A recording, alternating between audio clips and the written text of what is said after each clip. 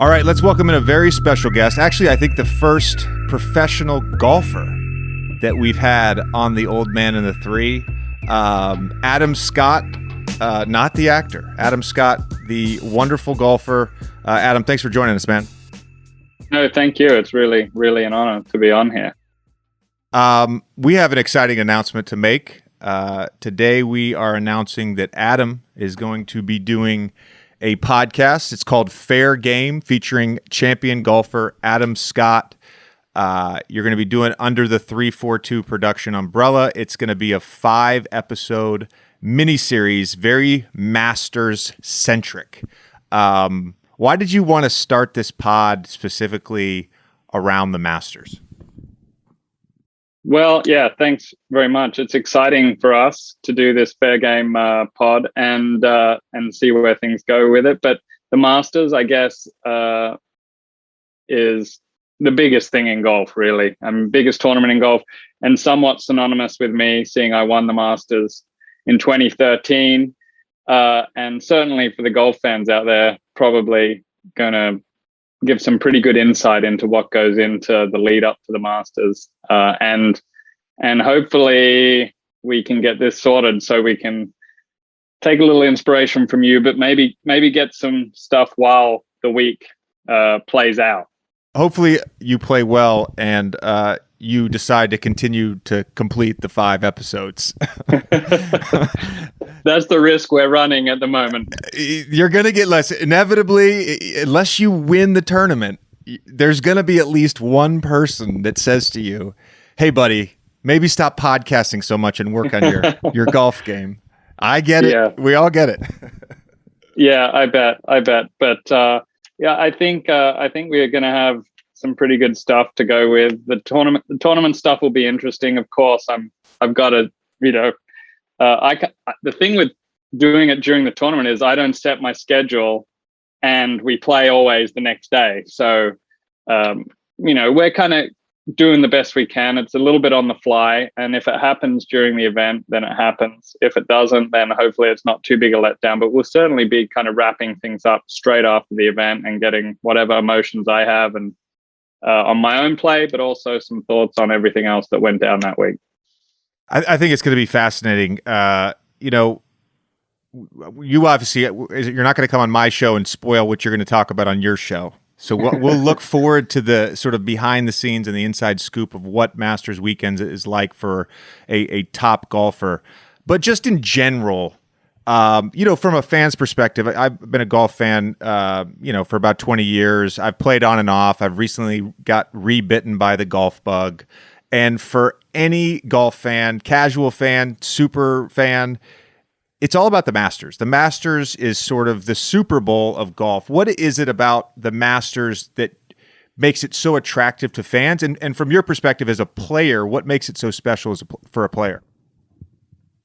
Well, the golf club there that runs the tournament, Augusta National, kind of leave no stone unturned. They're always pushing the envelope to make the experience better for everyone, for the players, for the fans who attend, and also the people watching on TV. I mean, you just watch on TV. I want to watch it on TV. That's the worst part about playing it is I don't get to watch it on TV. It's incredible broadcast.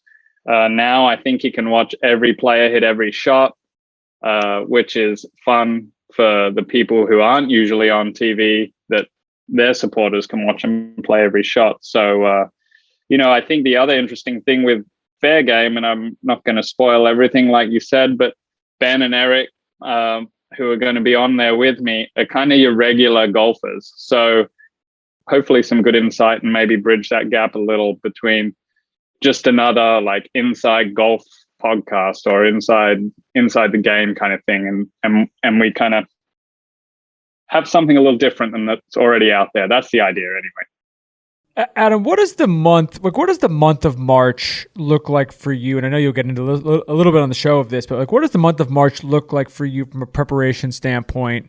As you're wrapping your head around the fact that you are, you're going to be entering into this. Yeah, well, usually March is the Florida swing of golf on the PGA Tour, which is actually pretty brutal golf. The courses are just littered with lakes for your ball to end up in, and easy to make high scores. And we've just kind of wrapped up those last 4 weeks in Florida, and it's a grind actually. And I'm a little tired, I have to say. If a golfer can say that, I'm talking to athletes here, but a golfer can say that. And then really, from right now, finishing the Honda Classic as we speak to the Masters, I have 2 weeks to prepare and kind of iron everything out, take stock of where I'm at, and put my head down. Of course, a lot is built around practicing and short game, but there's rest and physical and mental preparation as well. So I want to talk a little bit about the grind of the PGA Tour. I often ask my peers in the NBA, like, if you could have any professional job, if you could be at the top of your craft in any professional sport, what would it be? Inevitably, it's either a starting pitcher in baseball, because you only have to work once every 5 or 6 days, or for the guys who, like myself, who golf, I'd want to be a PGA Tour golfer. All you do is play golf, right? It's sure. You play these amazing courses 4 straight days. What's not to like? Right. But Can you just speak a little bit to the grind? Whether it's the travel, figuring out your living situation in each city you go, because it's not like the NBA where the team's arranging for us to have 50 hotel rooms at the Four Seasons. Sure, that sounds good. We should figure that out in golf, because we're not doing that. It is a bit of a grind. No matter what level you're playing at as a professional, it's all on us. We have to figure it all out ourselves. Of course, you can get sponsors, but they're just sponsoring you. They're not organizing your travel. So a lot of people get management companies and things like that. And you've got to develop your routines. I think the interesting thing with the PGA Tour is, like, there is basically no off season. We play 50 events for the year, and there's maybe a 2-week break at the end of the FedEx Cup in August, and it restarts in September. So you kind of have to make your own off season. You can't play every week, but if you're taking weeks off, you're just falling behind. So it just, seasons roll around, and that's where it turns into a bit of a grind, because you got to find time for some kind of rest and recovery and staying sane. Because, like I said, the different thing with us is it's all on us. The days when you're just a little flat and you don't have it, there's no teammate to kind of pick up the slack for you, which would be nice. But you're out there and you're exposed, and you got to try and hold it together. So, it's a grind in different ways. Like, you guys have a grind, we have a grind too. Well, I was going to ask you about the mental side of things, because if you compare your grind to the NBA, for example, like if JJ has a bad game, the team has a game 2 nights later or whatever it may be. He has many opportunities to make up for it, and that's obviously the case with other sports. When you're operating in this sort of opt-in type schedule, and you've had downturns, both in terms of your game, but then also in terms of like your own sanity, but how you feel about everything. How do you like block everything out and be like, I'm going to push through? Because it is a lot easier in theory, you'd think, to like take a while off. Yeah, it is. In theory it's good, but there's always that itch when you are off, whether you've been playing good or bad, and someone's winning and you're not out there. I think the other big thing that's difficult with golf is we spend most of our career losing.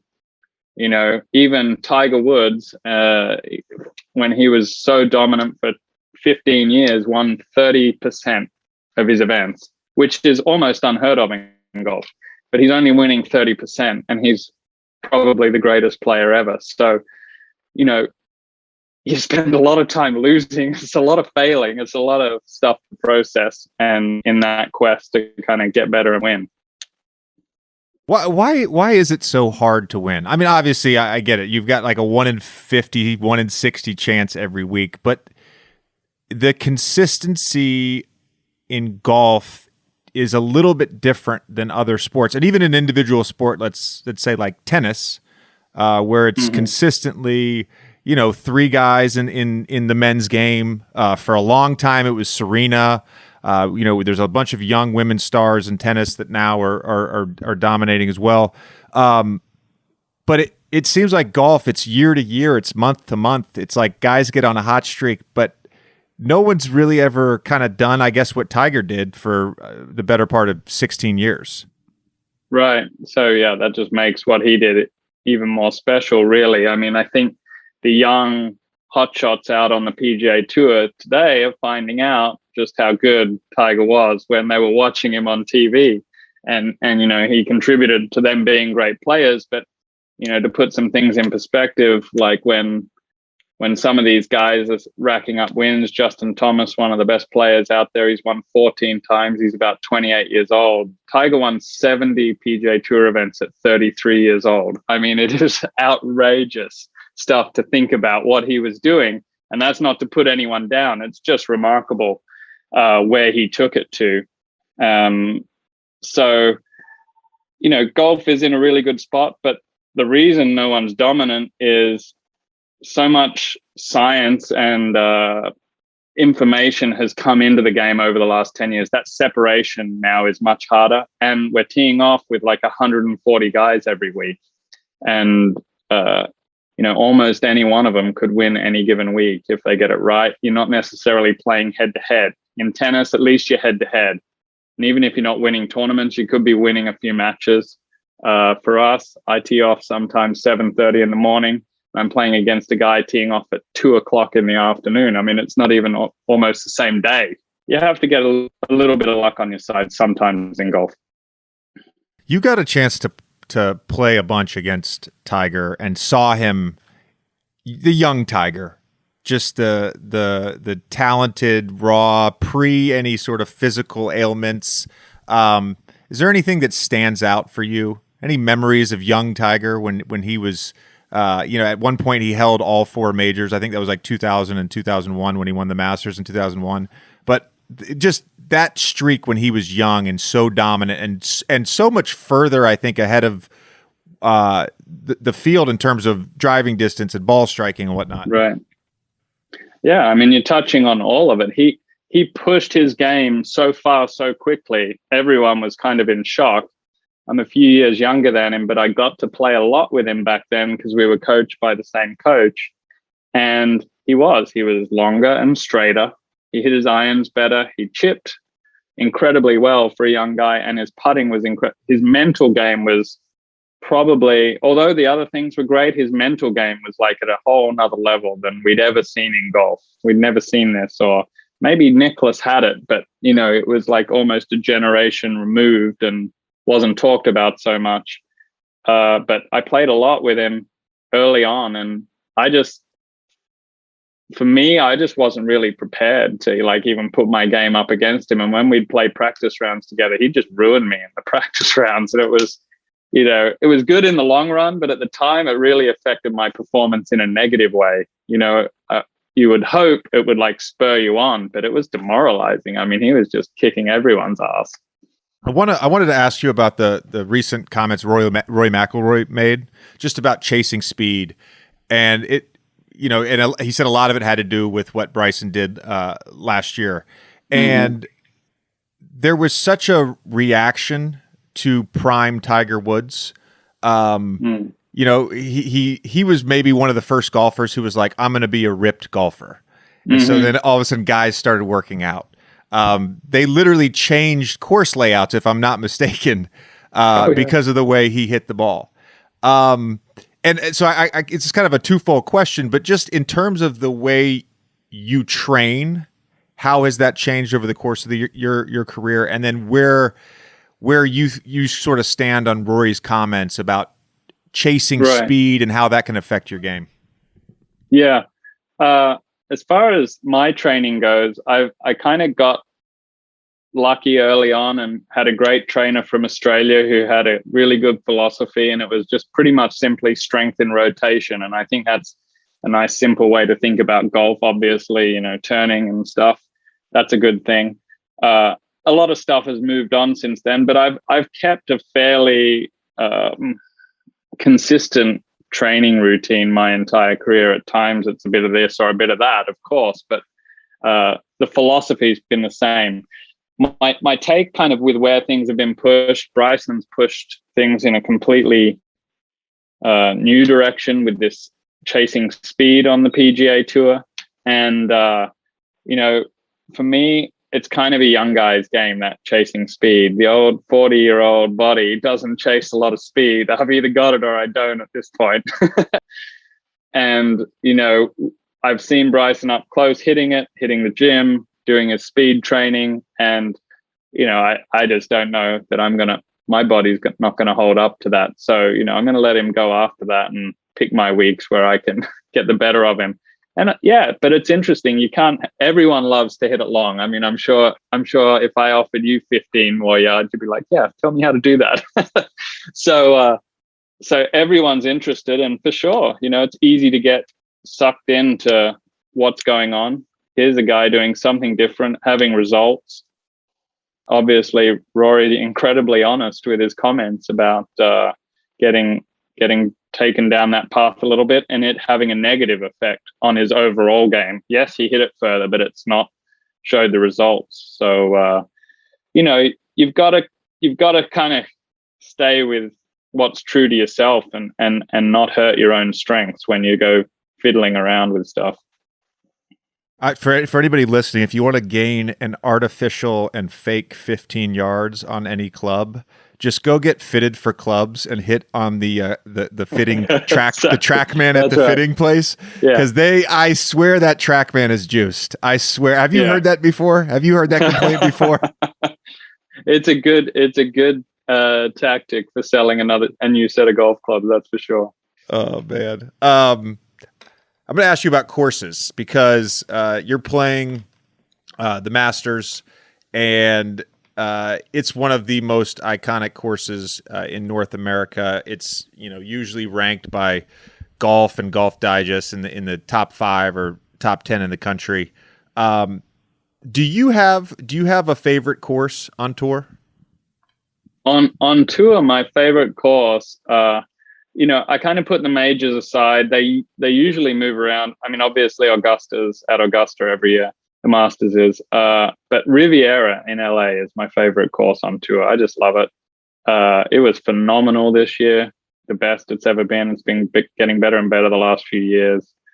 It's got great variety, and it's a real second shot golf course, which I kind of like. It's not that long either, and it holds up well with us hitting it long these days. So Augusta's right up there for sure. I mean, how can you not love it? But there's something about Riviera for me. It actually, oddly enough, it feels a lot like playing in Australia to me. When I was on the Clippers, I was just kind of really actually getting into golf when I lived in Florida, and you and I had met before when I played in Orlando, but when I lived in Florida, I was very casual about it. I didn't take any lessons. I just kind of went out and had a good time and smacked the ball around. When I got to the Clippers, I had also moved to Austin. So it was the first time that I had really taken lessons. I joined a club in Austin. We're members at Austin Country Club. And when I was in LA during the season, I would get invited to play these courses. And I had no idea. Like, I went and played Riviera. I went and played Bel Air. I played at Los Angeles Country Club. Like, I had no idea the magnitude and the importance of these courses at the time. I just thought I was just going out and having a round. Yeah. No, I mean, it's big history, but also like three of the best courses in the United States sitting right there, pretty much, almost downtown Los Angeles. It's pretty incredible. I think we got the US Open going to Los Angeles Country Club next year, maybe it's I think it is next year. So that's going to be a fun event to be right there and have Beverly Hills and downtown LA right in the background. That'll be fun for us. But so many good tracks. And actually, there are a lot of good tracks out there that kind of fly under the radar because those 3 are pretty heavy hitters. Adam, we talk with shooters a lot, with basketball shooters a lot about in-game rhythm, and when they sort of know they're getting going. Do you how long does it take you on on a given day to sort of know like you have it, or maybe you don't, and maybe you have to change course?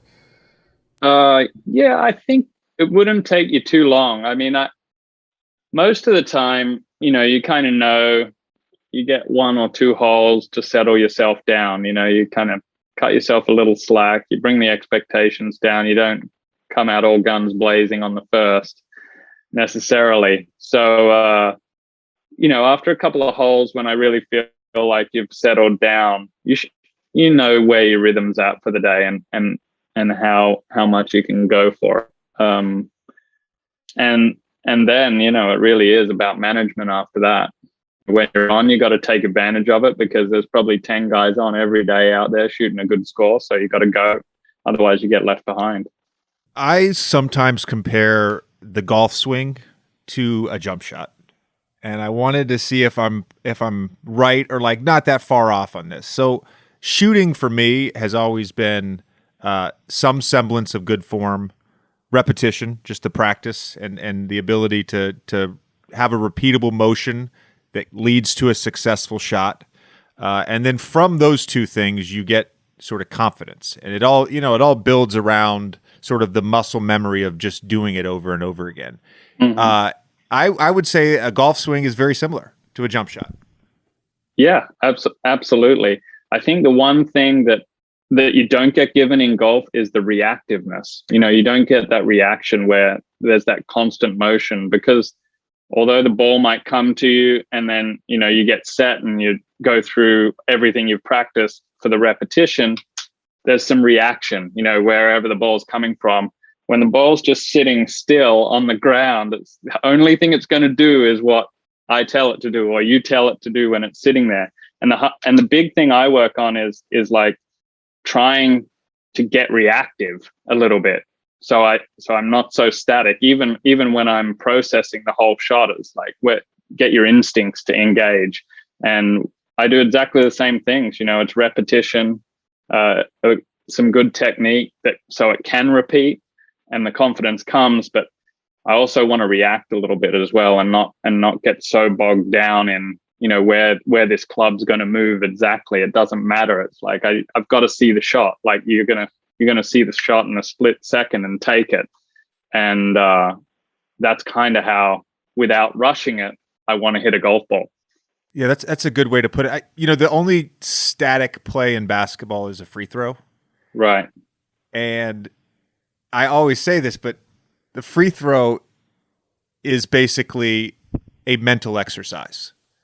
Right. Because I've played enough with really bad free throw shooters that I watch in practice or after practice, and they sit there and they make 85 out of 100 or 45 out of 50, and they'll spend hours working on it every day.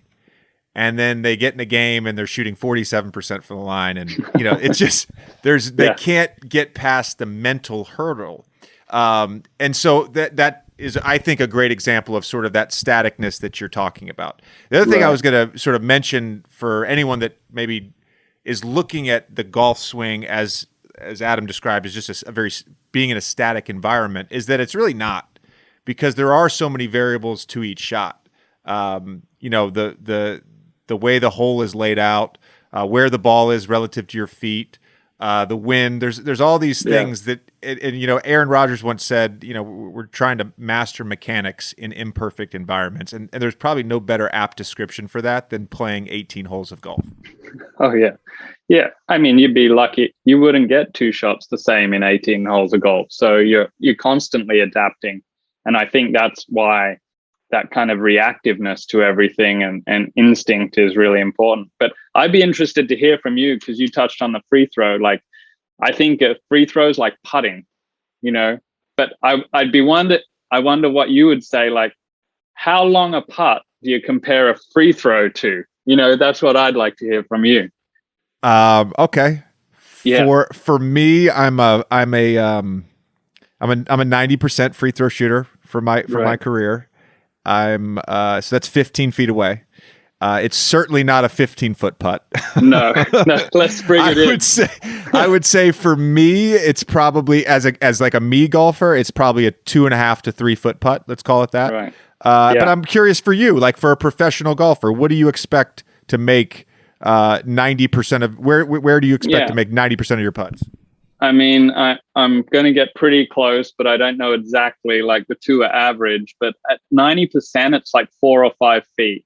I think it's about 5 feet is 90%. So, it is interesting at that point because you expect to make it every time at 5 feet, but you don't. And so, when the confidence goes down, that mental thing becomes a problem. And again, even putting, I'm trying to be reactive and fluid and like have a constant motion. I never want to stop moving because it's hard to get going again. And I could imagine walking to the line, like if you freeze or whatever happens, like your arms just become concrete. That's not ideal.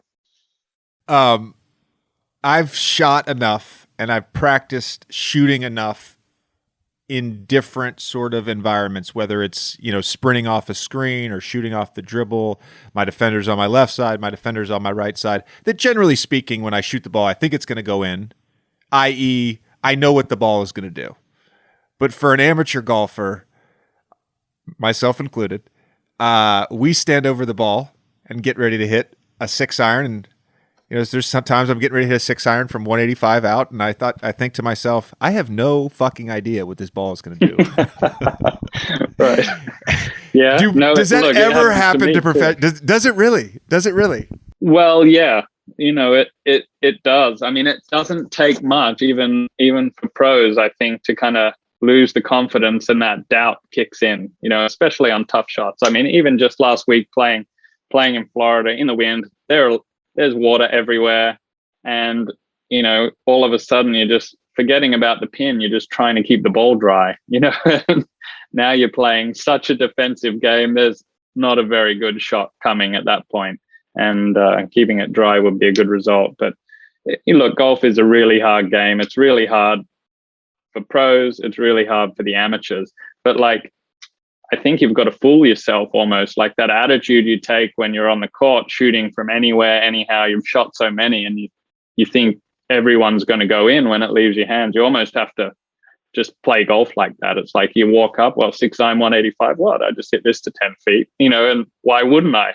That kind of attitude is really good. And, that takes, a bit of practice as well. But also, I'm trying to practice that as well. That's the mental preparation.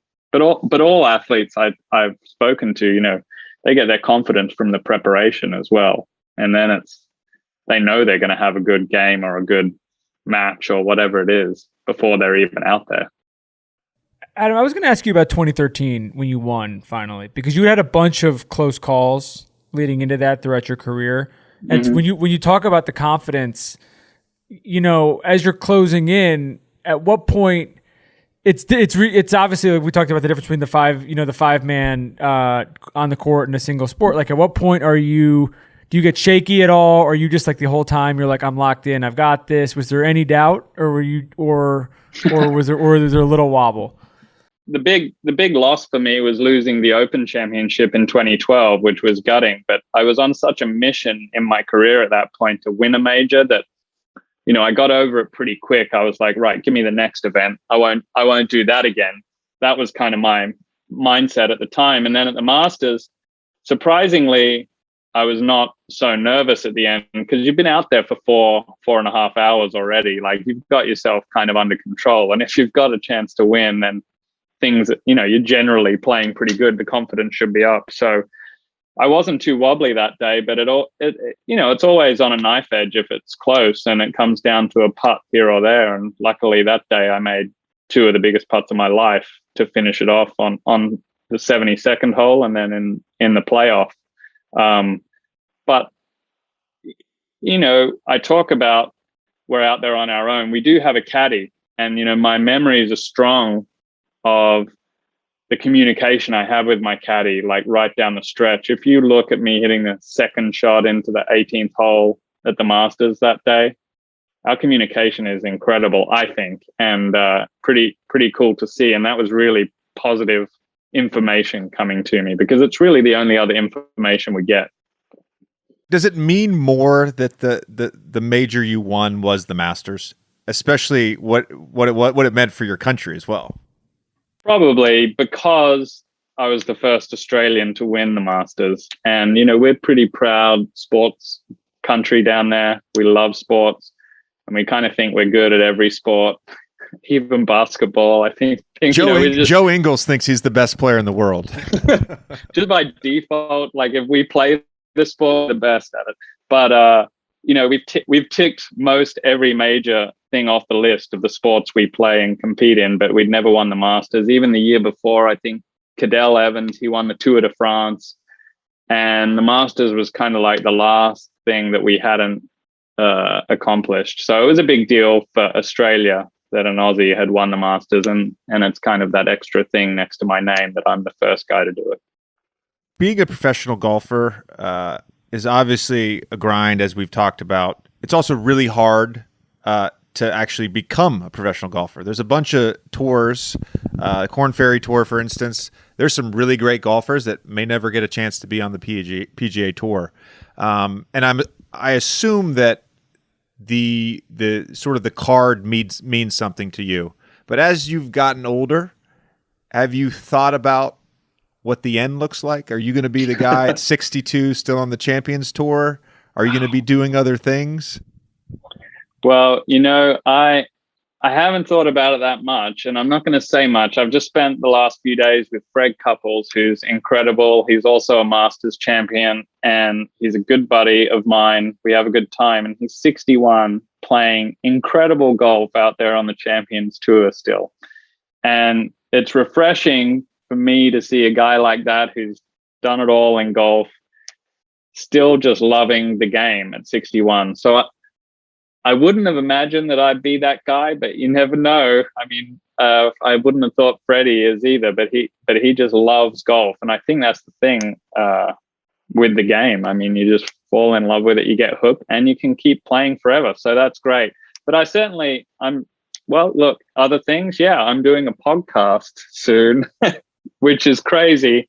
I'm really not very technically savvy, but fortunately my buddies who are doing it with me are, and hopefully can guide me through that. But I really, other than the podcast right now, I'm trying to, I think I've got 5 really competitive years to try and win a couple more majors at least, and somewhat fulfill those dreams I had as a kid turning pro and thinking I was going to be the greatest player ever, which probably isn't going to happen at this point. But I definitely think I can win a few majors and satisfy what I think would be a great career.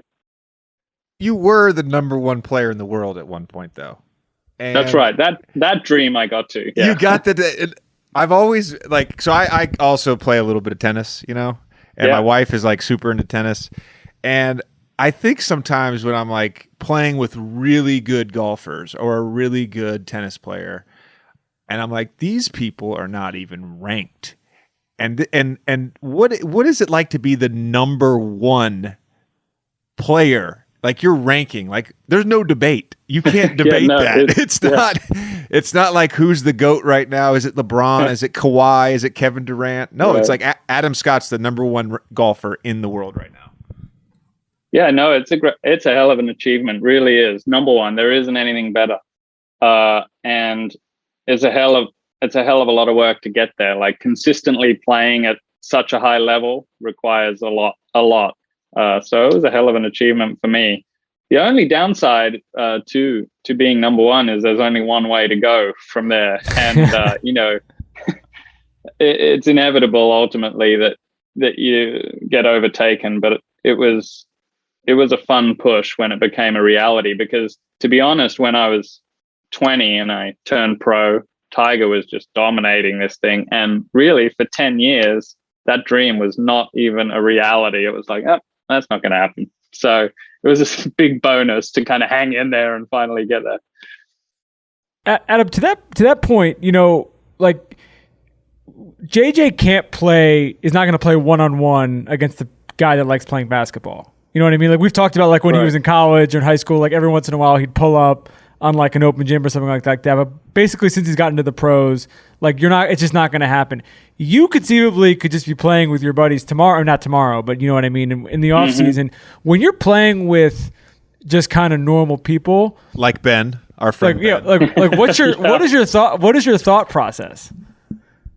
Well, I'm accustomed to it. We play pro-ams every week on the PGA Tour as a big part of our whole deal. So I play with the average golfer every Wednesday, and I've learned a lot of patience from it. That's for sure. I've used that with Ben as well, so that's come into play. But he's pretty good, in fairness. He putts nicely, and look, I always actually kind of take something from playing with these guys. You know, they have a different take on the game, and I always get something out of it. The one thing they're probably disappointed with me about is, you know, I'm not a very good coach. I can play okay, but I'm not a great coach, and they think I'm going to fix their game in 18 holes. They're sadly mistaken. But it is the beauty of the game. We can all go out and we can play tomorrow and handicap ourselves and have a match and be competitive. And that's probably harder for me and JJ if we went to the basketball court. I would destroy you. To be clear. Yeah, I know. No, look, I'm not kidding. Tennis. We should play tennis. Then I think we should have we can get into it over tennis. We should have mentioned this at the jump, but your podcast, Fair Game, will be co-hosted by Ben Clymer. Eric Mayville is also going to be on the podcast as well, yes. Correct? Yeah. So for anyone that's listened to our podcast and my previous podcast for a long time, you probably know that I was heavy into watches. So Ben Clymer may sound familiar to you. That is the Ben Clymer of Hodinkee, the world's preeminent watch website and online marketplace for watch goods and watches. It's that Ben Clymer. Very cool. So how did you and Ben get connected? Was it just through Hodinkee and him interviewing you, or did you guys have a previous relationship? We got connected through a mutual friend in the watch world. You know, I'm a Rolex guy out there, and have been for a long time. And a mutual friend at Rolex connected us, which was great, and kind of piqued his interest a little in golf. He hadn't played a lot since high school. And then Eric also kind of, because I wasn't around a lot to play with, Eric and Ben started playing a lot and kind of really piqued their interest. So this has all kind of developed this podcast off Ben getting into golf and our friendship, and Eric kind of promoting it. So, it's going to be a fun next couple of weeks, recording some stuff and hopefully giving everyone a little bit of an insight into what goes into preparation for this Masters tournament. Adam, before we let you go, I had one last question. Okay. And I should tell you this. I've never told you this before. I should tell you this. You have my favorite swing in golf. And when I got my very first lesson in Austin, Texas, the pro at UT Golf Club said, "Who do you want to swing like?" And I'm pretty naive, and I'm like, I want to swing like Adam Scott. And he goes, "Yeah, no shit, everybody does." So the other day, one of there's all these golf meme pages on Instagram, and I follow a bunch of them. And someone put up ball striking the other day. It was like 5 clips. I can't remember if it was Zyre Golf or one of those other sites.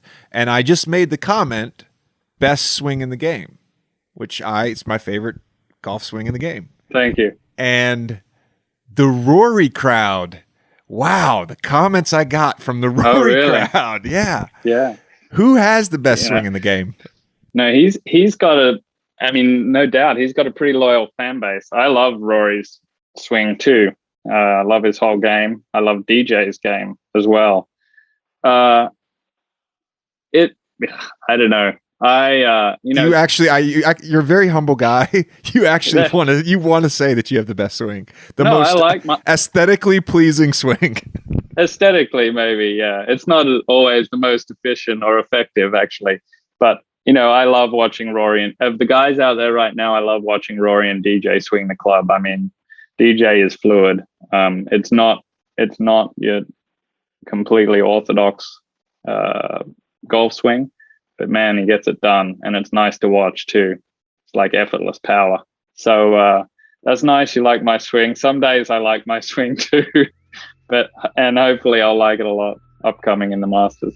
All right. Well, best of luck this week in the Masters. We appreciate the time. Again, Fair Game Podcast with Adam Scott is out this week. It'll give you behind-the-scenes look at the Masters. Adam, thanks for the time, man.